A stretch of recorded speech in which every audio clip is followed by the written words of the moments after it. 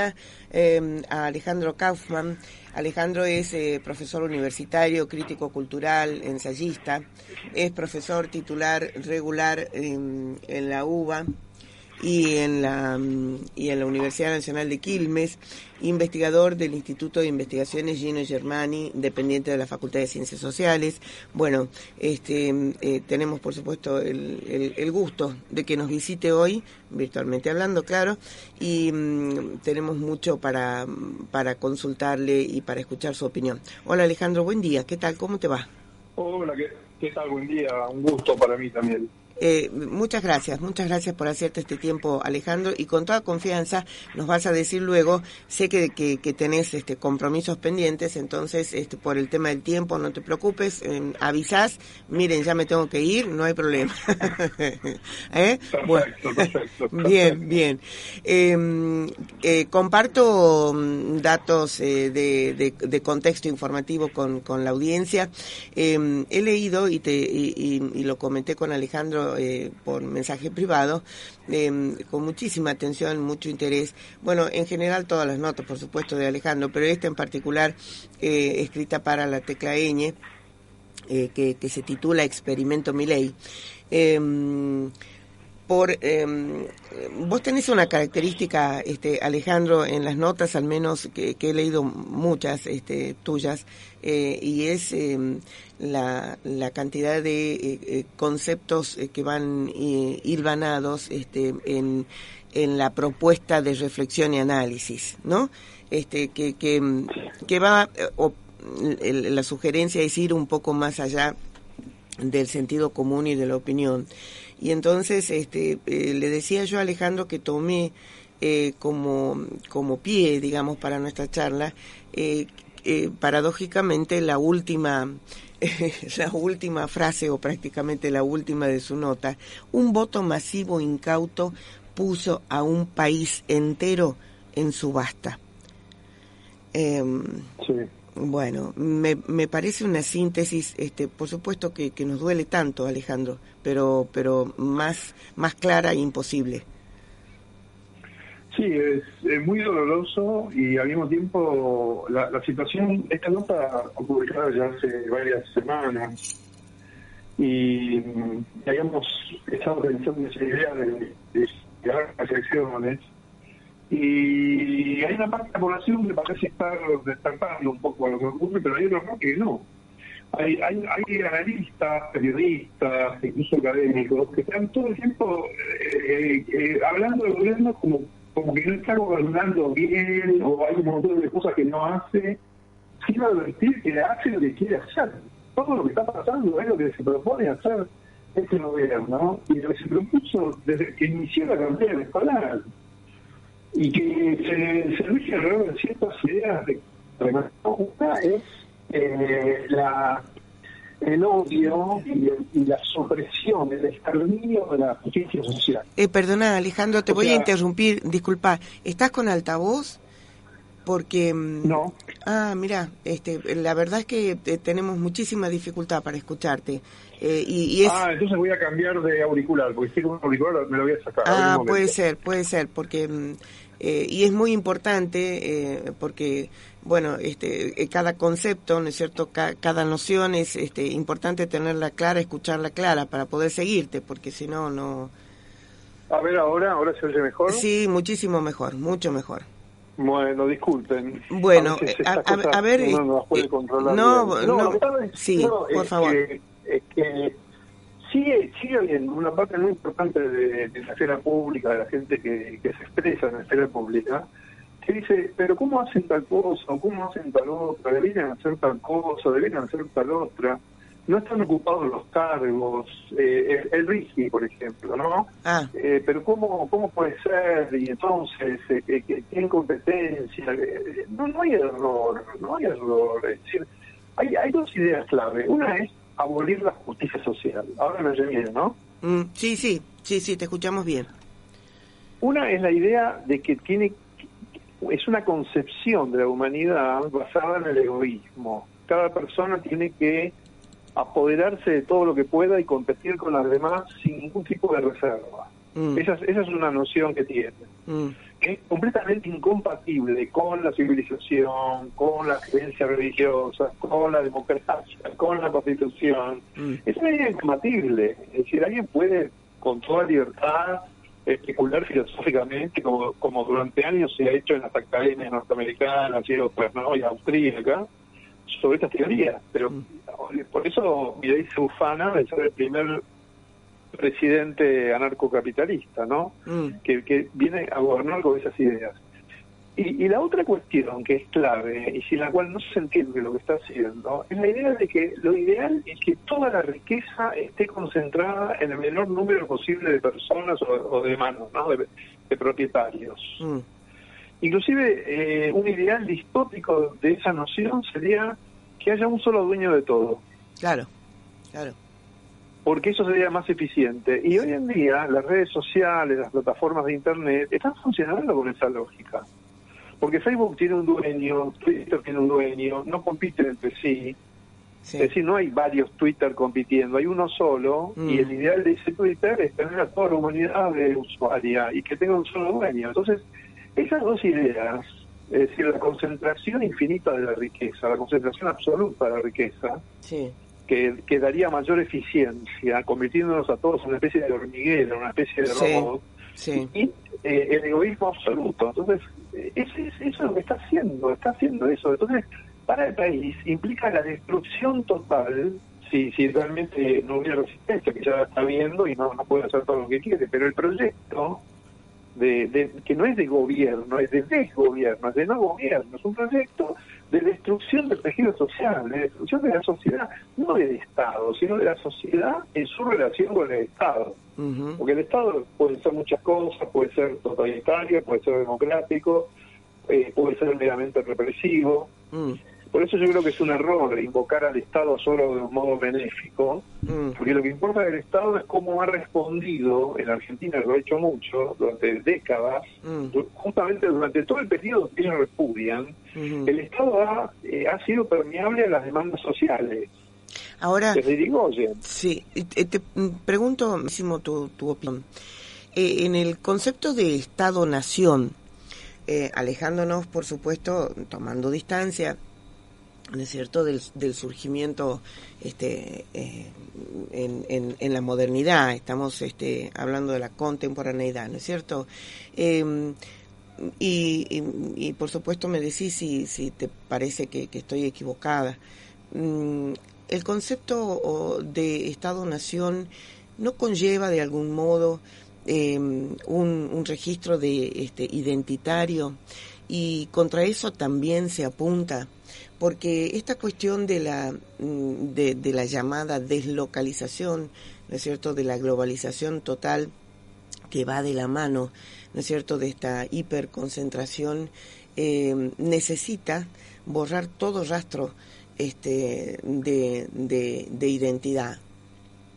Sí, yo creo que es así, pero digamos es una idea que no es la que moviliza principalmente lo que piensan y están haciendo, ¿no? Pero es una consecuencia inmediata. Es decir, si yo suprimo la justicia social y concentro toda la riqueza en pocas manos privadas, eso implica lo que me acabas de decir, implica la destitución de la estatalidad nacional, porque digamos, en esa idea está muy bien que se entregue todo el país a las corporaciones, destruir completamente toda la economía y que seamos empleados de corporaciones, como si todo estuviera regulado por McDonald's y por Carrefour y por Microsoft y por Facebook, ¿no es cierto?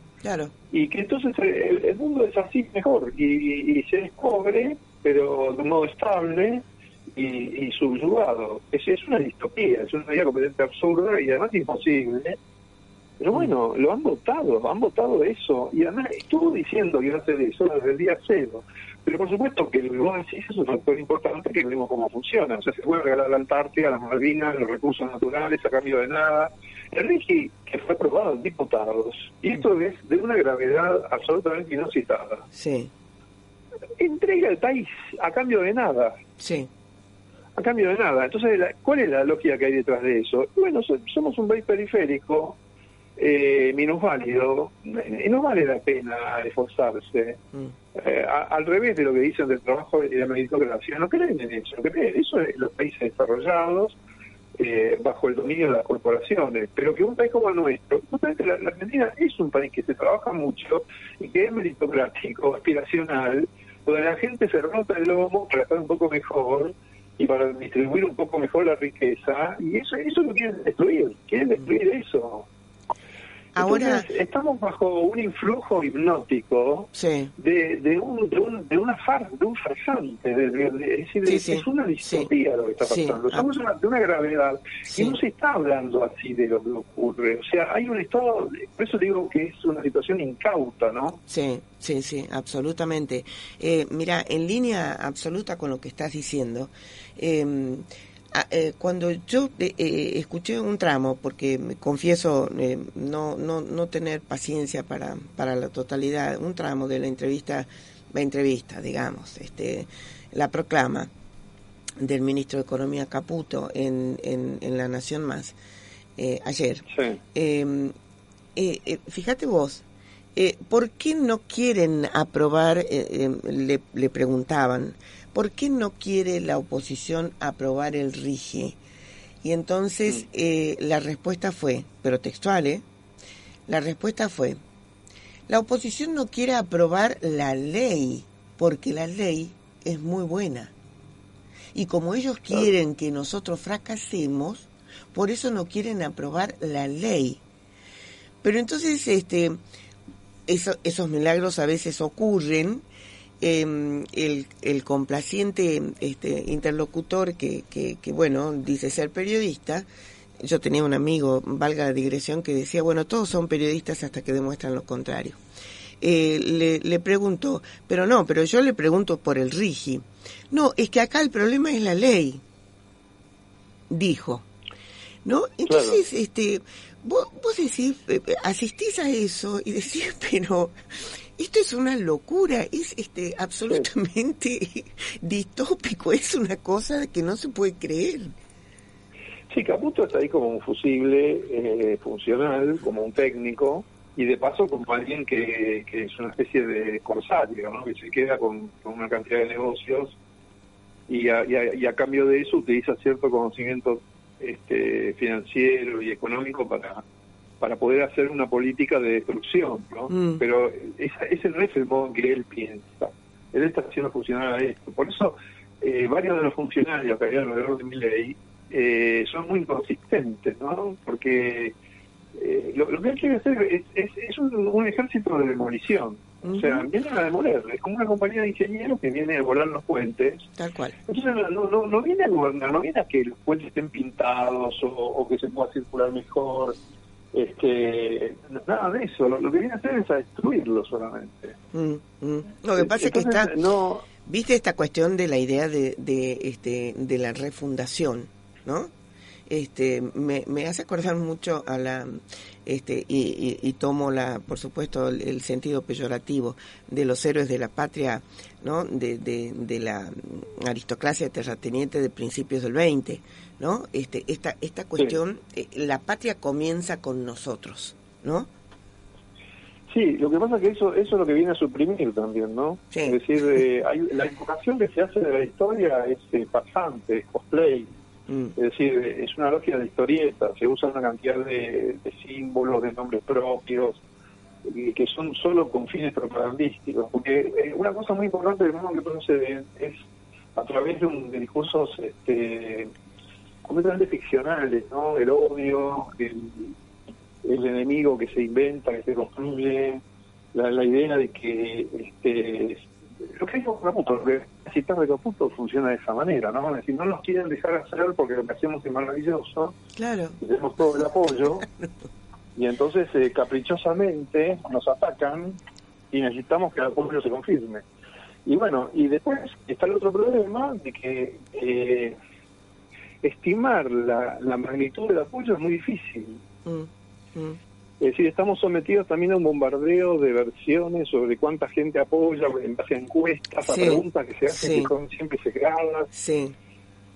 Entonces, eso es una situación muy muy complicada también en ese sentido, ¿no? Después hay otro argumento que también ponía en el artículo, es que el hecho de que la gente esté mal no la va a llevar necesariamente ni mecánicamente a ponerse en una posición de reclamo o de contestación, ¿no? Eso es muy interesante, muy interesante. Sí, eso es muy variable. No digo que no ocurra, pero el ser humano es decir,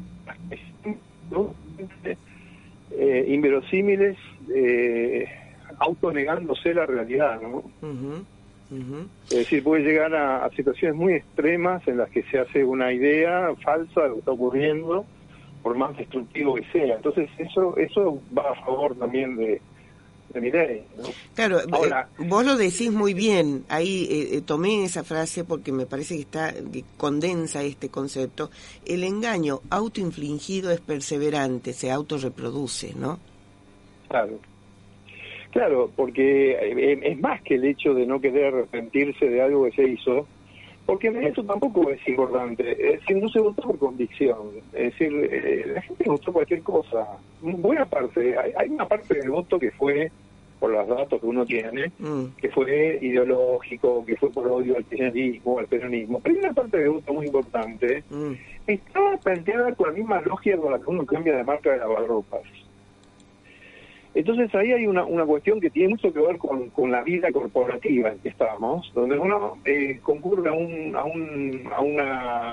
supermercado o a un negocio, o incluso lo puede hacer virtualmente, desde su casa, virtualmente, con tarjeta de crédito. O sea, todo eso es mágico. O sea, yo mágicamente, aunque no tenga dinero, me puedo endeudar, compro una cosa que me gustó porque quise cambiar, después me puedo arrepentir. Es decir, en esa lógica de consumo, que es una nueva lógica de consumo, o sea, cada vez más radicalizada, cada vez más inmaterial, cada vez más, digamos, fantasmática en Sí. modo de función del consumo, y eso genera subjetividades, es decir, genera en mucha gente una especie de infantilismo. Es una lógica de la puerilidad, que eso se ve en varias de las personas que lo rodean, ¿no? Sí. Es la idea de que no hay ninguna responsabilidad, todo es mágico, todo es caprichoso, todo es como a mí se me ocurre, no tengo nada que rendirle cuentas a nadie, puedo hacer lo que quiera. Es esa idea de libertad completamente estúpida, y bueno, y eso está instalado en ciertos aspectos de la cultura contemporánea, lo cual sumado a la pandemia, con toda la complejidad que eso tuvo, bueno, desembocó en esta situación, causada además por la televisión, ¿no? Porque sin la televisión, sin que se volvieran normales cosas aberrantes durante 2 años, o sea, una televisión que mostraba un desquiciado diciendo cosas aberrantes como si fuera normal, y bueno, la gente no tiene, no es analista de las complejidades semióticas, la televisión es la realidad. Sí, en gran medida sí. Te pregunto esto. Estas personas que también, una vez más, vuelvo a coincidir, vos decís, la clave es siempre la crueldad es contra el otro, que funcionó de alguna manera con ese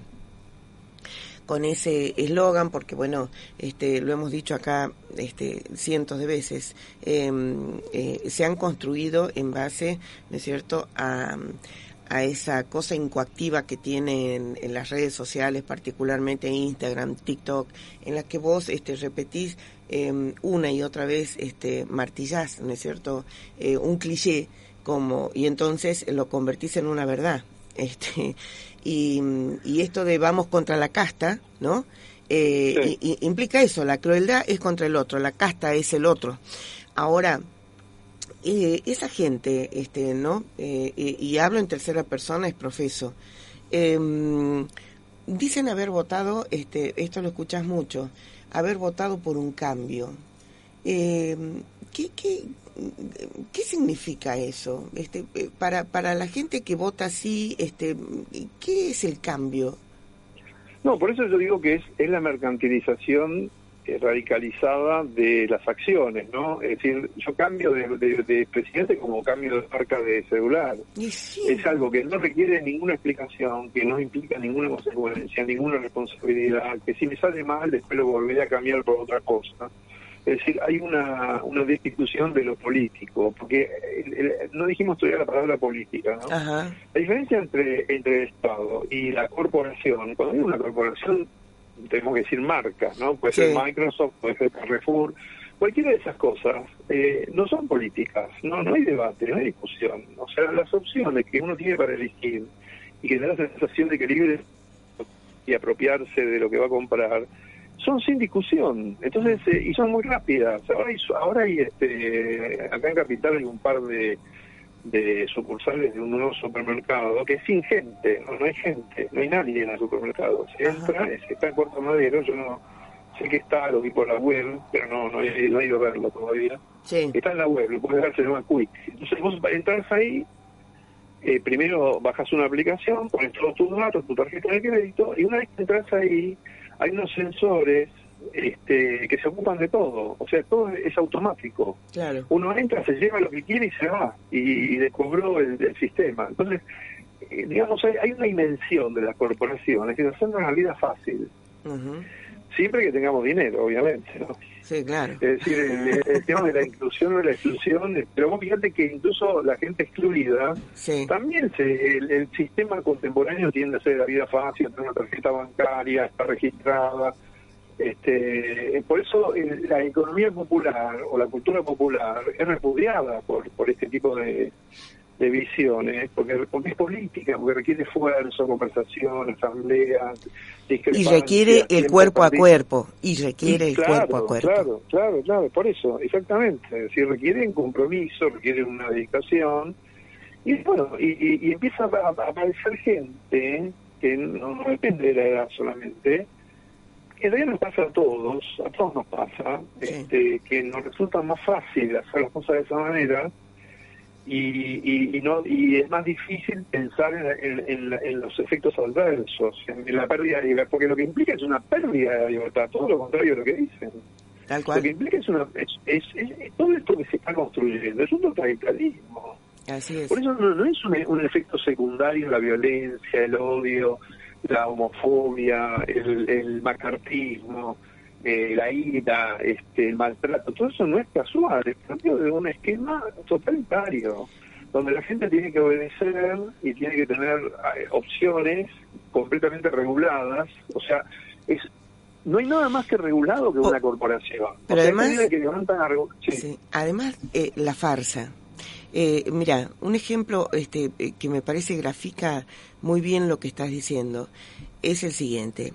Ayer o antes de ayer, el gobierno denuncia que hay una montada, ¿no es cierto?, una estafa fenomenal con la cuestión, ¿no?, de los comedores comunitarios y las tarjetas alimentarias, los alimentos y bueno, y entonces los dirigentes de las organizaciones sociales que se encargan de eso han tenido de rehenes, subrayo esto, ¿no es cierto?, en función de esta supuesta libertad, de rehenes a la gente en listas de espera, etcétera. Entonces este gobierno, que claro es libertario, entonces nos viene a otorgar libertad y sobre todo a la gente vulnerada en sus derechos, bla bla. Bueno, mientras tanto, Patricia Bullrich, ¿no es cierto?, ya lo ha puesto por escrito, todos aquellos beneficiarios de las políticas sociales alimentarias, ¿no es cierto?, van a ser castigados y excluidos, ¿no es cierto?, de cualquier tipo de ayuda o de asistencia si es que se adhieren a una marcha de protesta.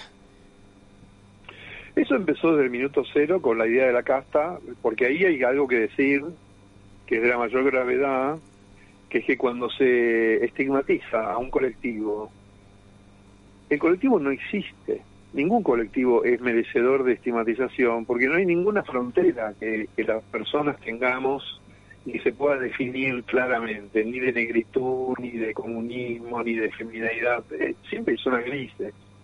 Entonces, como se pretende criminalizar, ¿no?, criminalizar a un grupo, se lo delimita de un modo que es arbitrario. Entonces, por eso es inútil estar discutiendo, pero esta es la casta, pero la casta es el otro. El problema es que se hable de una casta, el problema es que se estigmatice. Después no, Por eso está ese famoso poema apócrifo de Brecht, que no es de Brecht, que primero se llevaron a esto, pero ya no era eso, entonces no me importó. Sí. Bueno, ¿y a qué se refiere eso? Justamente que la clave no está en a quién se llevan, sino en que se llevan a alguien.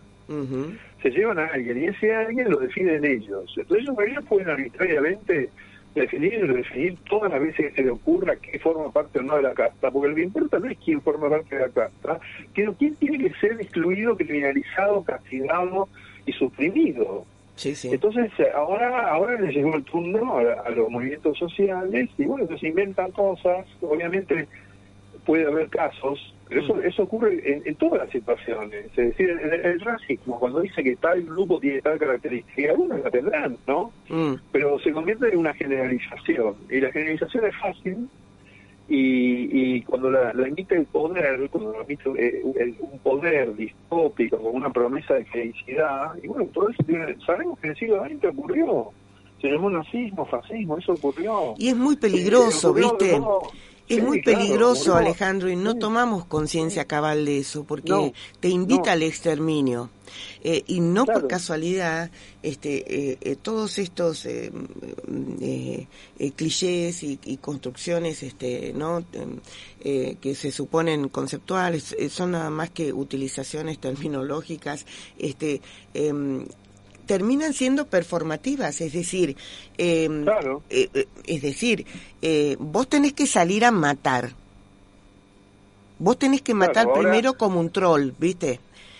Porque exacto, las tecnologías informáticas permiten una violencia simbólica, digamos, ¿no? Exacto. Eso digamos, por el momento está ocurriendo de ese modo, lo cual no garantiza que no ocurra de otro modo en otro momento, ¿no? Eso no lo sabemos.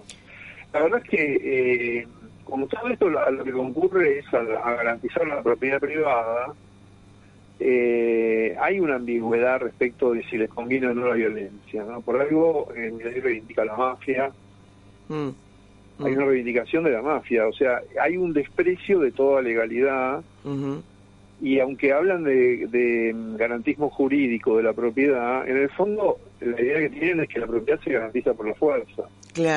Por eso, si no, no podría reivindicar a la mafia. Entonces, el más fuerte es el que manda, es así. Es una cosa muy brutal, muy atroz. Hay una nota en la que vos decís, neofascismos y designios exterminadores se amparan en la democracia, en el Estado de Derecho y en la libertad de expresión, ¿no? Que es un poco esto. Porque tiene una estrategia de acecho, ¿no? Porque es depredatoria. El modelo de ellos, por eso hablan del animal depredatorio, ¿no? Tienen la metáfora de un animal contra los herbívoros, ¿no? Es un animal carnívoro, cazador, depredatorio, que acecha, o sea, sorprende a la víctima, no la tiene disponible en un estante, como cuando vamos al supermercado. En ese sentido, su política es el acecho, es el engaño, es el disfraz, es el lobo disfrazado de cordero, y bueno, todo eso tiene una eficacia devastadora, ¿no?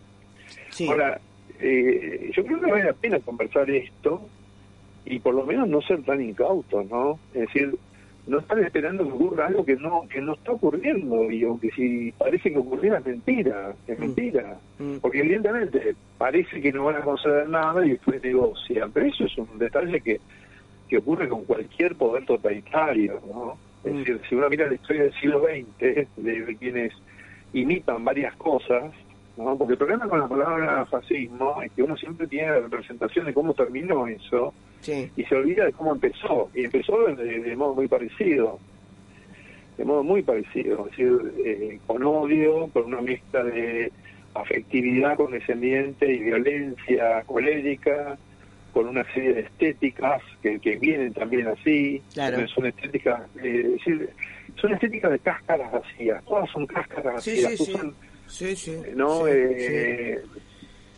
Que también representado esto que vos decís en Novecento, ¿no? En la película, me refiero.